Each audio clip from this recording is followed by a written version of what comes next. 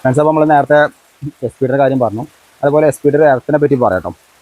ഒരുപാട് പേര് പറഞ്ഞിട്ടുണ്ടായിരുന്നു വീടിൻ്റെ എർത്തുമായി കണക്ട് ചെയ്യണമെന്ന് ഒരുപാട് പേര് കമൻറ്റ് ഇട്ടിട്ടുണ്ടായിരുന്നു. എനിക്കത് മനസ്സിലാവുന്നില്ല എന്ത് കാരണം കൊണ്ട് അവരിങ്ങനെ പറയുന്നത്. ഒരിക്കലും നമ്മൾ എസ് വെക്കുന്നുണ്ടെങ്കിൽ അത് ഒരിക്കലും വീടിൻ്റെ എർത്തുമായിട്ട് ഒരിക്കലും കണക്ട് ചെയ്യരുത്. ഇതാണ് നമ്മൾ എസ് ഇട്ടിരിക്കുന്ന എർത്ത് അല്ലേ.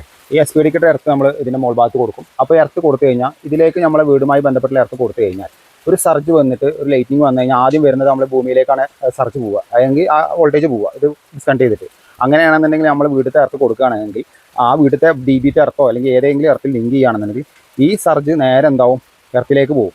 എർത്തിലേക്ക് പോയി കഴിഞ്ഞാൽ നമ്മളെ വീട്ടിലത്തെ TV, ഫ്രിഡ്ജ് അല്ലെങ്കിൽ എന്തെല്ലാം കുത്തി വെച്ചിട്ടുണ്ടോ അതൊക്കെ അടിച്ചു പോകും. അപ്പോൾ അങ്ങനെയാണെങ്കിൽ ഇത് വെക്കേണ്ട ആവശ്യം വരുന്നില്ല. അപ്പോൾ ഒരിക്കലും SPD ഇടുന്ന എർത്ത് പ്രോപ്പറായിട്ട് നേരെ പോകണം. അത് നേരെ സെപ്പറേറ്റ് ആയിട്ട് കുഴിച്ചിടണം. അത് വീടുമായി കുറച്ച് ദൂരത്തിൽ വേണം. അതേപോലെ ഇവിടെ നമ്മൾ കുഴിച്ചിരിക്കുന്നത് അപ്പോൾ അതിൽ വെള്ളം നിറഞ്ഞു കേട്ടോ.